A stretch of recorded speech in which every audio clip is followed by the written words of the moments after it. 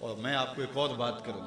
اقبال کہتا ہے کہ میرے سینے میں یہ جو حضور کا پیار پیدا ہوا ہے اور یہ جو محبتیں پیدا ہوئی ہیں اور میری جو تربیت آپ دیکھ رہے ہیں، یہ میرے باپ کا کمال ہے.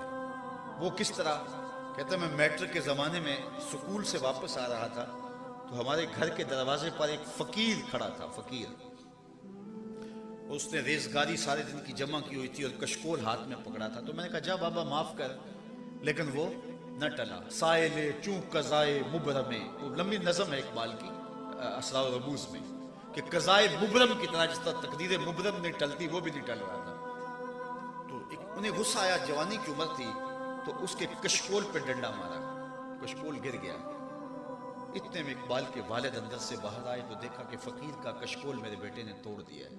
آگے بڑھے، اس کی ریزگاری جمع کی، اس میں ڈالی اور اس سے معذرت کی، کچھ پیسے دیے، راضی کیا اور واپس کر دیا. اور اقبال کا ہاتھ پکڑ کے گھر لے گئے اور سامنے بٹھا کے ایک ہی بات کہی، اقبال کل رسول اللہ نے پوچھ لیا تو کیا جواب دوں گا کہ تجھے بیٹا دیا تھا یہ تربیت کی تھی کہ فقیروں کے کشکول توڑتا تھا؟ تو بس یہ بات اقبال کے سینے میں راسخ ہو گئی. اقبال کہا کرتے تھے نام تو از پدرا موختم، حضور آپ کا پیار میں نے اپنے باپ سے سیکھا تھا. اور لوگ تو اس بات سے ڈرتے ہیں قیامت کے دن رب کا سامنا کیسے کریں گے.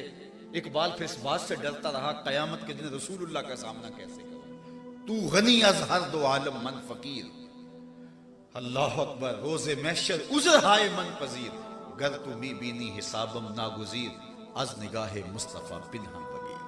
کہا مالک قیامت کے دن میرا حساب نہ لینا، یوں ہی معاف کر دینا، اور اگر میرا حساب لینا ضروری ہوا تو کم از کم حضور کے سامنے نہ لینا.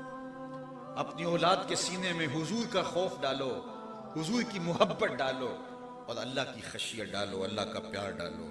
اللہ کا پیار کیسے پیدا ہوگا؟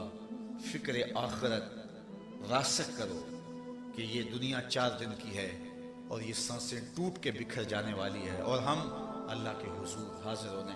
کبھی اپنی اولاد کو لے کے قبرستان جایا کرو، اپنے آباء و اجداد کی قبریں دکھایا کرو کہ یہ ہمارے بڑوں کی قبریں ہیں، ہم بھی یہاں آنے والے ہیں اور ہمارے پیچھے آپ بھی آنے والے ہیں. مغرب کی نماز کے بعد اگر ایک دن مقرر کر لیں ہفتے میں کہ اپنی اولادوں کو لے کے قبرستان میں جائیں، اس سے اللہ کی خشیت پیدا ہوگی. قرآن مجید کی تلاوت سے اللہ کی خشیت پیدا ہوگی.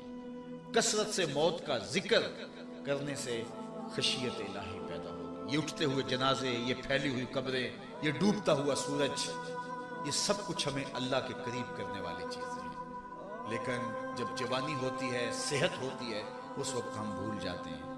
یاد اس وقت آتا جب ہاتھ میں کچھ نہیں ہوتا. وہ ایک فقیر تھا، وہ بازار میں کھڑا رو رہا تھا. کسی نے گزرتے ہوئے روک کے کہا بابا کیا ماجرا ہے؟ کسی نے مارا ہے، تنگ کیا ہے، کیوں رو رہے ہو؟ اس نے کہا کوئی ایسا واقعہ نہیں ہوا، بس ان لوگوں کے رویے نے تڑپا دیا. کہا کیا ہوا؟ کہا گزر رہا تھا، دنیا میں کھوئے ہوئے لوگوں کو دیکھا، دل میں ترس جاگا، تو میرا خیال ہوا ان بندوں کی اور رب کی صلح کروا دوں. تو کہا پھر کیا ہوا؟ کہا میں نے اس سے بات کی.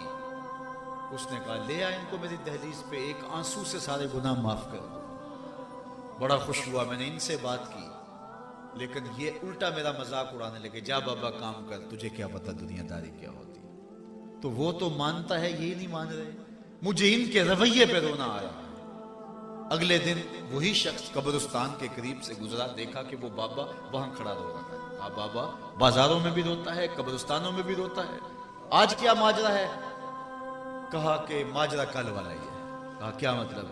کہا کل بازار سے گزرا، ان کو دنیا میں کھوئے ہوئے دیکھا، دل میں ترس جاگا، میرا خیال ہوا ان بندوں کی اور رب کی صلح کروا دوں.